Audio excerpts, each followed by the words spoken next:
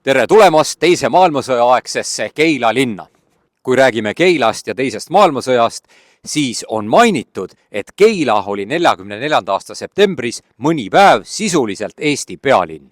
Tallinnas valitses 44. aasta septembris kirjeldamatus segadus ja ongi siis öeldud, et tegelikult oli Keila 21 ja 22 september ning 23. septembri enne lõunal sisuliselt Eesti pealinn. Oleme Keila keskväljakul ehk Raekoja platsil. Loomulikult sai keskväljak teise maailmasõja sündmustega otseselt seotuks. Teise maailmasõja järel avanes Keila keskväljakult taoline vaatepilt. Aastal 2025 on enam-vähem sama asukoht, aga hoopis taoline. Teise maailmasõja ohvritele muide on Keila keskpargis paigaldatud ka mälestuskivi. Siin paikneb Keila keskpark. Tegemist on aga tegelikult hoopis endise Keila kalmistuga. Keskpark kandis nõukogude ajal muide naiskommunist Alice Tisleri nime. 23. veebruaril 1918 lõid punakaartlased ja saksa väed lahingut Keila mõisa väljadel ning toona said punakaartlased rängalt lüüa ja üks tuntumaid, kes punakaartlaste hulgas langes, oli naiskommunist Alice Tisler. Keila sai väga tuntuks juba 23. veebruaril 1918, mil toimus kuulus Keila lahing ja Keila lahingut meenutab ka mälestusmärk. Keila alev lahutati Keila vallaküljest aastal 1925 ja 1. maist 1938 sai Keila linnaks. Toona elas Keila linnas 1114 elanikku. Keilale linnaõiguste andmise pidulik koosolek toimus 13. mail 1938 ja sellel ajaloolisel päeval istutas linnapea Tähe Keila kiriku juurde Tamme. 1938. aastal, kui Keila sai linnaks, istutas toonane linnapea siia kiriku juurde Tamme ja nagu näha, on see puu alles tänapäevani. Nii et see puu meenutab meile omaaegset linnapead Tähet. Keila oli vanasti ikka sirelite linn. Vana köstrimaja aias kasvasid lopsakate õitega sirelipõõsad ja alevivaheline kalmistu ehk siis tänane keskpark oli alati kui lõhnav sirelimets. Keskväljakul paikneb siin Keila üldse üks tähtsamaid hooneid. Teise maailmasõja ajal oli siin Keila linnavalitsus. 1930. aastate teisel poolel ostis Keila alev või siis hiljem linn restoranipidaja Herman Bushi käest ära tema uue maja ja seal asuski tegutsema siis linnavalitsus. 28. septembril 1939 oli Eesti Vabariik jõhkra surve all sunnitud sõlmima Nõukogude Liiduga niinimetatud baaside lepingu, mille alusel siis Eesti Vabariiki tulid Nõukogude baasiväed. Baasiväed siirdusid ka Paldiskisse ja et minna Paldiskisse, sõitsid nad läbi Keila. Siin kaardil on näha Tuulatee ja mööda Tuulateed 1939. aasta oktoobris Nõukogude baasiväed läbi läksidki. 1939. aasta oktoobrikuus puudutas ka Keila linna ja Keila valda baltisakslaste lahkumine Hitleri kutse peale. Keila linnast ja vallast lahkus baltisakslasi kokku 30. Lahkusid nende hulgas ka mõned eestlased, näiteks Keila tuntud tööstur Bernhard Regastik. Soome talvesõja ajal kasutati Rapla külje all olnud Kuusiku lennuvälja Soome linnade massiliseks ründamiseks ja need lennukid muide lendasid vahepeal ka üle Keila linna. 1939. aastal tulid siis Eesti Vabariiki oktoobrikuus baasiväed sisse. 31. detsembril 1939 saadeti Keilas, nagu mujalgi Eestis, ära vana aastat. Rahvas kogunes keskväljakule ja siis siirduti Pritsimaja juurde. Orkester mängis Pritsimaja tornis Eesti Vabariigi hümni, nii nagu alati, kuid seekord, 31. detsember 1939, läks orkestril hümni mängimine täiesti segi ja Keila rahvas arvas, et head see nüüd küll ei tähenda. Pärast seda, kui Nõukogude Liit oli 17. juuni 1940 Eesti Vabariigi okupeerinud, siis järgnes juulikuus liba riigivolikogu valimised, jutumärkides valimised, ja selle riigivolikogu ülesandeks oli siis Eesti astumine Nõukogude Liitu. Keila Saue ringkonnast valiti riigivolikokku Karl Toming. Karl Toming oli 1924. aastal vangistatud ja määratud kommunistliku tegevuse pärast 10 aastaks sunnitööle. Keskväljaku juures Uue tänava alguses paiknes suur ja võimas Keila Pritsimaja hoone. Sellest kujunes Keila seltskondliku elu keskpunkt. Pritsi majale tehti suurem juurdeehitus 1929. aastal ja sinna seadiski ennast siis rahvamaja sisse. Ja see avati pidulikult aktusega 15. detsembril 1929. Aktusel pidas kõne pastor Köögardaal ja aktuse lõpul esitas näitering Kitsbergi näidendi Neetud talu. 6. augustil 1940 võeti Eesti Vabariik Kremlis üheks osaks Nõukogude Sotsialistliku Vabariikide Liidu koosseisu ja 7. augustil ehk siis üks päev pärast seda toimus Keila Pritsi majas suur rahvakoosolek ja toonane ajaleht Rahva Hääl kirjutas sellest sündmusest lähemalt 9. augustil 1940 ja seal ajalehe artiklis on kirjas niimoodi, et toimunud rahvakoosolekul valiti koosoleku presiidium ja lisaks sellele valiti ka koosoleku aupresiidium ja sinna aupresiidiumisse valiti ka Nõukogude Liidu juhid eesotsas seltsimees Jossif Staliniga. Kõneles Riigivolikokku siit Keilast valitud Karl Toming, kes saatis tervitused Nõukogude Liidu juhtidele eesotsas seltsimees Staliniga ja võitmatule Punaarmeele. Pärast kõnesid kõlas Keila Pritsi majas võimas internatsionaal. Teise maailmasõja aastatel oli Keila kirikuõpetajaks legendaarne Aado Köögardaal, kes on maetud siia samma Keila kirikuaeda. Tema meenutused pakuvad meile väärtuslikku lisamaterjali Keila sõjasündmustele. Mõni kilomeeter Keila kirikust eemal, siin paikneb Keila pastoraat ehk kirikumõis. Pärast juunipööret toimusid siin väga dramaatilised sündmused. Pärast seda, kui 17. juuni 1940 oli Nõukogude vägi Eesti Vabariigi okupeerinud, siis hakati enda kätte krahmama ka sobilikke elamuid ja hooneid. Nõukogude vägi valis endale välja ka Keila kirikumõisa hoone, kus elas pastor Aado Köögardaal perekonnaga. Köögardaal tõsteti sealt kirikumõisast lihtsalt välja. Kommunistid mitte ainult ei tõstnud Köögardaali välja siit kirikumõisast, vaid nad võtsid tema käest ära ka sõiduauto. Olgu huvitava faktina mainitud, et pastor Köögardaal oli Keila linna esimene sõiduauto omanik. 1940. aasta augustis toimusid Keilas sellised sündmused, nagu ka igal pool mujal üle Eesti. Ametist vallandati senine linnapea, ehk siis Keilas oli linnavanemaks Tähe. Asemele pandi Madis Poovel, ta oli vasakpoolsete vaadetega, ning natsionaliseeriti Keilas ka suuremad ettevõtted, sealhulgas Tähe vabrik.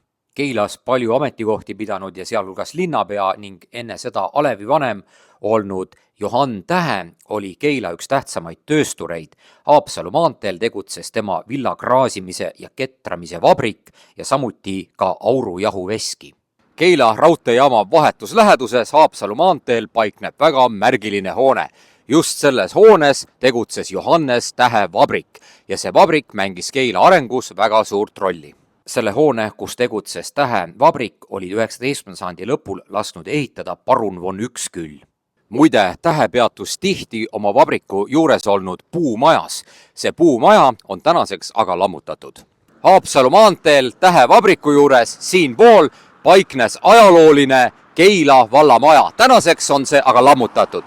Lisaks Tähele oli teine suur Keila tööstur Bernhard Regastik. Temal oli oma villatööstus Jaama tänaval ja lisaks villis Regastik pudelitesse ka Saku õlut. Seal paikneb Keila raudteejaam ning sealpool on Tähe vabrik. Sellel pool paikneski Regastiku vabrik Jaama tänaval. Bernhard Regastik oli Keila üks tähtsamaid seltskonnategelasi. Ta olnud väike, lühikest kasvu, paks mees ja teda rahvaseas kutsuti millegipärast sellise hüüdnimega nagu Puia. Tähelepanelik ajaloohuviline inimene kindlasti teab, et Keilast pärines Titanikult pääsenud Herman Regastik ja võib tekkida küsimus, kas Regastikud on omavahel sugulased. Jah, nii see ongi. Bernhard ja Herman olid omavahel vennad. Siin paikneb ajalooline Keila raudteejaam. Keilast sai raudteelinn aastal 1870 ja see tähendas linnale uut arengut. 14. juuni 1941. Keila raudteejaam saab tunnistajaks väga traagilistele sündmustele.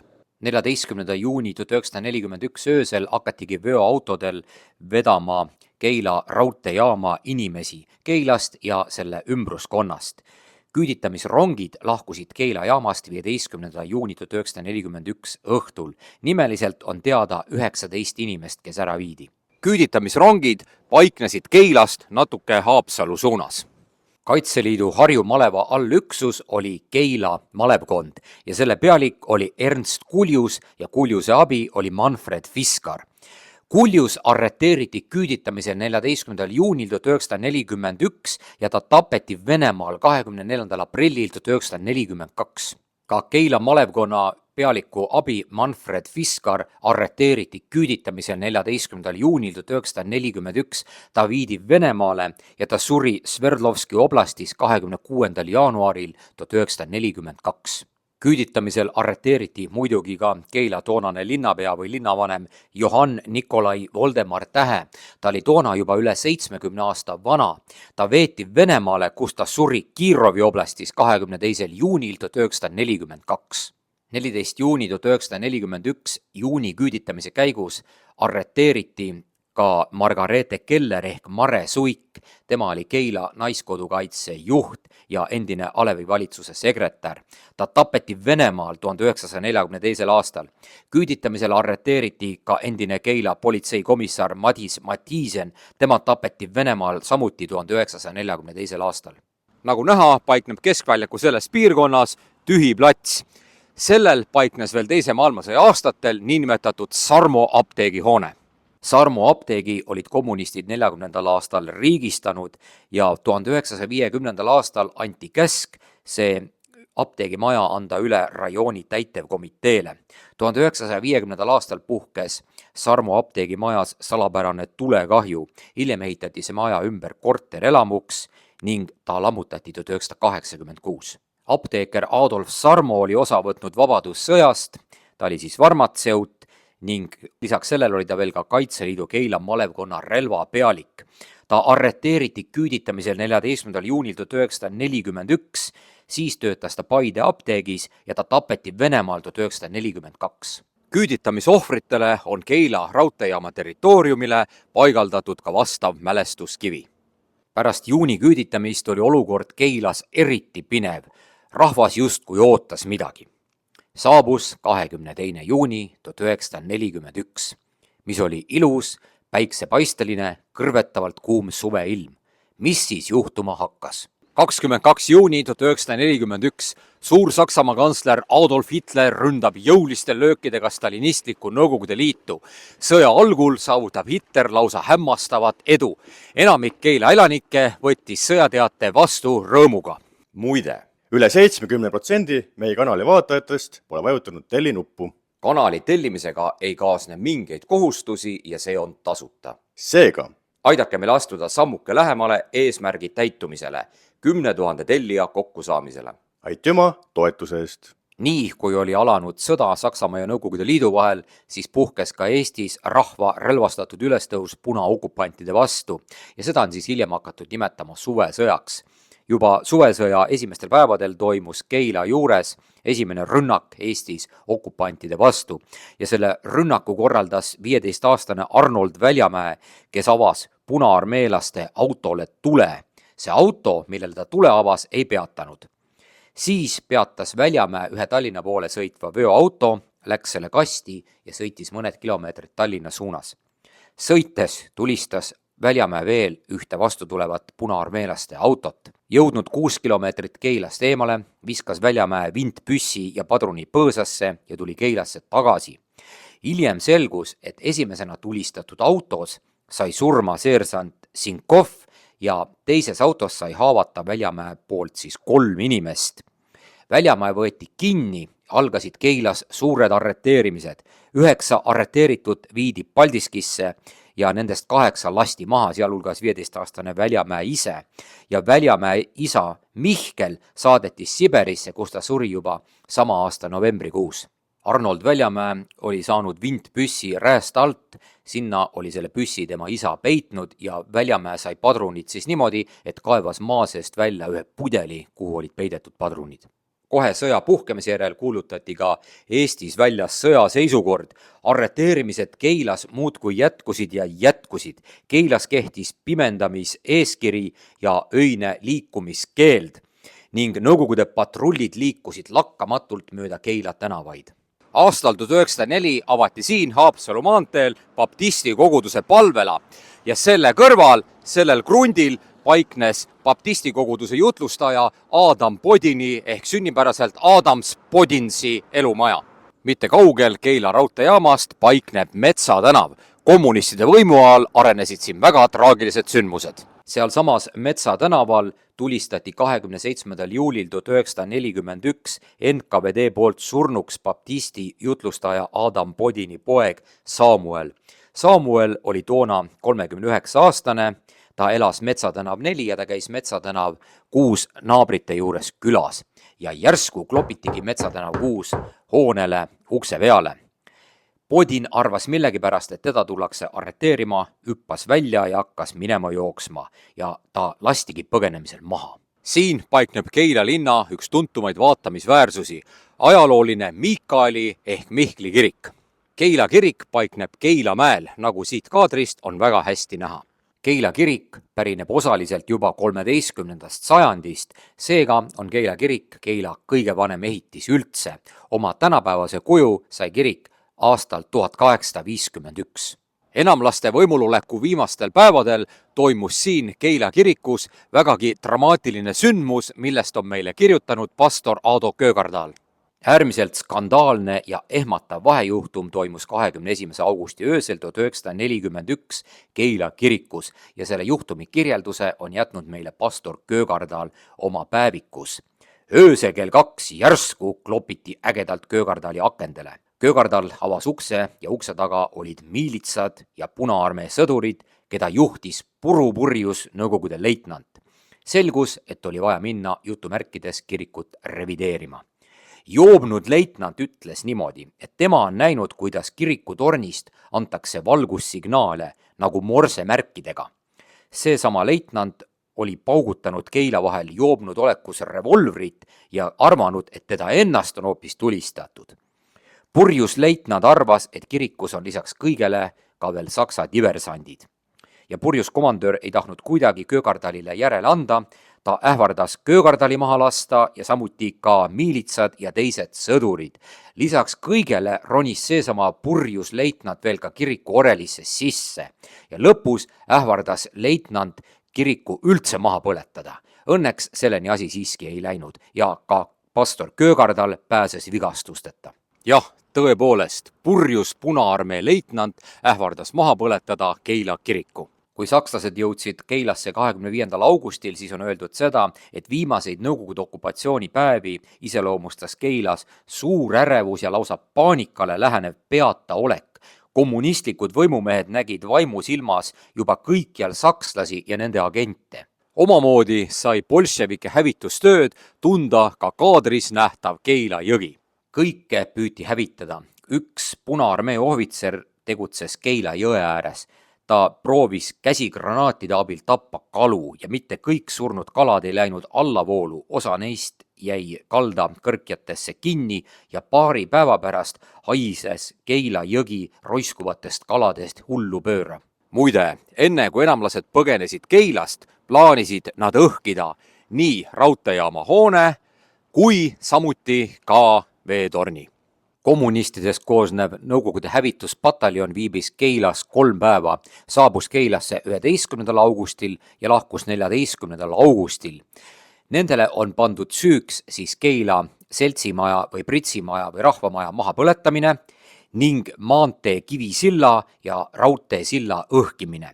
Samuti on öeldud, et hävituspataljon tahtis õhku lasta raudteejaama hoonet ja raudteejaamas paiknenud veetorni, kuhu oli pandud kas kast või tünn lõhkeainega, ent raudteelased nurjasid need plaanid.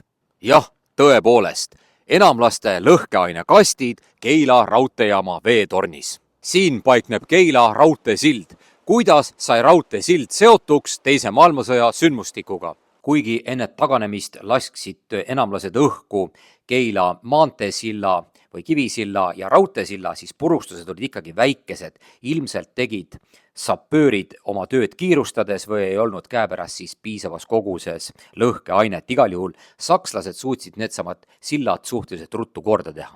Ilmselt lasid Keila sillad õhku ikkagi punaarmeelased, mitte hävituspataljonlased, sellepärast et ilmselt hävituspataljonlastel poleks taolisi oskusigi olnud ja teiseks polnud neil õigustki sildu õhku lasta. Ja kui me arvestame veel seda, et hävituspataljon läks Keilast minema 14. augustil, siis sellel ajal oli sildu õhkida veel kommunistide jaoks liiga vara. Muide on öeldud ka seda, et üks hävituspataljoni mees tahtnud hävitada ka apteeker Sarmo maja, kuid see ebaõnnestus. Siis, kui kommunistid süütasid Keila pritsimaja, sellel ajal Keila metsavennad vaatasid Laitse mõisa pööningul pikksilmaga, et Keila koha peal on suur suitsusammas. Ajalooline Keila kirikuhoone sai sõjasündmusi enda nahal tunda nii 1941. kui ka 1944. aastal. 23. augusti öösel vastu 24. augustit 1941 oli Keila linn Saksa suurtükid tule all, kes ründasid siis enamlasi. Keila kiriku katus oli pärast suurtüki tuld nagu sõelapõhi. Mitmed aknad olid eest ära kistud ja purunenud. Kirikutorn oli täis killuauke ja on öeldud ka seda, et üks mürsk oli lõhkenud lausa oreli kohal. Kui 24. augustil 1941 tulistasid sakslased suurtükkidest Keila kirikut, siis on öeldud, et punased tulistasid kirikut omakorda teiselt poolt, sest nad arvasid ilmselt, et sakslased on juba Keila linnas kohal ja neil on kirikutornis juba ka vaatleja. On muide arvatud, et 1941. aasta augustis pääses Keila suurematest sõjapurustustest seetõttu, et nii Saksa kui ka Nõukogude pool kasutas toona väikekaliibrilisi suurtükke, mistõttu purustused polnudki nii suured. 24. augustil 1941 põletasid enamlased taganemisel maha Keila seltsimaja või pritsimaja ja 25. augustil 1941 jõudsid sakslased Keila linna. Keila kiriku juurest allapoole läheb Tallinna maantee. Siin elas enne teist maailmasõda perekond Kass. 1941. aastal tabas Kasse katastroof ning 1944. aastal põles veel ka nende maja maha. Kohe, kui oli alanud Saksa okupatsioon, siis hakati jahtima neid, keda peeti verise Nõukogude aasta kannatuste süüdlasteks. Näiteks viidi ära Tallinna maanteel elanud abielupaar Kassid ja arreteeriti ka Ksenia Susi. Kassid ja Susi olevat tapetud Keila jõe lähedal. 22. august 1943. Siin Keila linnavalitsuse hoone juures võetakse vastu Eesti omavalitsuse juhti doktor Mäed. 22. augustil 1943 tähistati Keila linnas enamlaste ikkest vabanemise teist aastapäeva. Vabaõhuaktusel, mis toimus Vabaduse pargis, osales üle 3000 inimese ja Vabaduse pargis esines kõnega ka Eesti omavalitsuse juht doktor Jalmar Mäe. Mäe oli kõigepealt vastu võetud linnavalitsuse hoone juures ja siis siirdutigi Vabaduse parki. Mäe ütles oma kõnes siis niimoodi. Refereerime Mäed. See päev 2 aastat tagasi tähendas vabanemist saatusest, mis enamlastest mõrtsukad olid meile ette valmistanud ja mis osaliselt oli juba kätte jõudnud. Kui enamlik võim oleks veel vaid lühikest aega suutnud meie üle valitseda, siis oleksime kaotanud oma kodumaa ja Eestimaa oleks pühitud maakaardilt. Meie eesmiseks ülesandeks on võidelda ja töötada selleks, et Eesti rahvas püsiks oma kodumaal ja Eestimaa jääks alatiseks meile. Siin paikneb Vabadussõja mälestusmärgina rajatud Keila algkool ja siin siis Männiku park ehk rahvakeeli lihtsalt Männik ja 1930. aastatel, kui Keilast sai linn, hakati Männiku pargi teatud osa nimetama Vabaduspargiks. Pargi tänavale 1930. aastal ehitati Keila algkooli maja. Tegemist on väga unikaalse ehitisega, sest tegu on Keila Vabadussõja mälestusmärgiga. Vaatame ka kaardil, kus paikneb Keila Vabadussõja mälestusmärgina rajatud Keila algkooli hoone. See paikneb Pargi tänaval siin. 24. veebruaril 1928 toimunud Keila Alevi ja vallavolikogu ühisel pidulikul koosolekul otsustatigi, et Eesti Vabadussõjas langenute mälestuseks tuleb püstitada ühiselt Keilasse uus ajakohane koolimaja. Koolimajale pandi nurgakivi 8. septembril 1929 ja pidulik aktus, millega koolimaja avati, toimus 21. septembril 1930. Kooli direktoriks oli Konrad Preem. Keila algkoolimaja külge on asetatud vastav mälestustahvel. Tegemist on koopiaga. Originaal elas küll sõja üle, kuid seda säilitatakse majas sees. Muide, 1941. aasta suvel koolijuhataja Breem arreteeriti ja teda taheti vedada Venemaale, kuid see ebaõnnestus, sest laev, millega vange Venemaale viidi, jäi millegipärast Tallinnasse maha ja Breemil avanes võimalus jätkata koolijuhataja tööd Keilas. 1943. aastal Breem haigestus ja ta suri aastal 1945. 1944. aasta augustikuus pidas siin Keila algkoolimajas 2 tundi kõnet Eesti kindralkomissar SA Obergruppenführer Karl Sigmund Litzmann. Ajalehest Lääne Sõna võisime 12. augustil 1944 lugeda Eesti kindralkomissar Karl Sigmund Litzmanni külaskäigust Keila linna ning Litzmann oli tulnud siis lennukiga Saaremaalt ja Litzmanni lennuk maandus Keila lähedal Heinamaal. Ja ajaleht kirjutas siis niimoodi, et Litzmanni kogunes Heinamaale tervitama arvukalt kohalikke inimesi. Pärast seda, kui oli alanud Nõukogude Liidu ja Saksamaa vahel sõda, siis ka Keila elanikke kohustati ära tooma raadioaparaadid ja need raadioaparaadid koguti kokku algkoolihoonesse. Saksa okupatsiooni ajal seati Keila algkoolihoonesse sisse Saksa latsarett. Ajaloolise linnavalitsuse kõrval paremal pool, kus praegu on hoonestamata maa-ala, paiknes veel Teise maailmasõja aastatel väga vana, osaliselt juba Rootsi ajast pärinev võõrastemaja ja kõrts, mida tunti ka nime all Kuldne kartoffel. See osaliselt juba Rootsi ajast pärinev võõrastemaja hoone oli siis alati tuntud kui kõrtsi, postijaama ja võõrastemajana. Ja muide, sellega seoses on üks skandaalne lugu. 14. märtsil 1927 selle kõrtsi kohta Karskusselts Kalju esitas Keila alevi valitsusele nõude sulgeda seal restoran, sest restoran olevat selle Karskusseltsi arvates kombluse languse ja väärnähtude tekkimise allikaks, kuid restoran jäi edasi tegutsema. 24. veebruaril 1944 ehk saatuse irooniana Eesti Vabariigi aastapäeval Saksa okupatsiooni ajal põles kuldse kartohvelina tuntud hoone maani maha ja enamik keilalasi arvas, et ega head see nüüd küll ei tähenda. Nõukogude ja Saksa okupatsiooni ajal põgenes hulgaliselt Eesti mehi Soome, kus nad tegutsesid Soome armees vabatahtlikena ja 1944. aastal tulid need mehed Eestisse, et võidelda Nõukogude okupantide vastu ja neid mehi siis nimetati Soome poisteks. 19. august 1944 sõitis rong kodumaale naasnud Soome poistega Paldiskist Nõmmele ja tegi peatuse Keilas.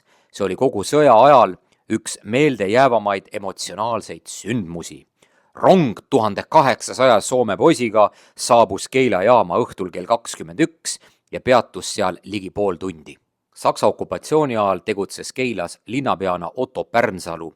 Ta oli juba noorukina võidelnud kommunistide vastu Eesti vabadussõjas ja ta tegi kaasa ka 1941. aasta suvesõja. Pärast seda, kui sakslased said lüüa, põgenes Pärnsalu Inglismaale ja muide NKVD otsis Pärnsalu 1944. ja 1945. aastal ja ilmselt veel ka hiljem väga hoolikalt taga, sest nad arvasid, et Pärnsalu varjab ennast kusagil Eestis.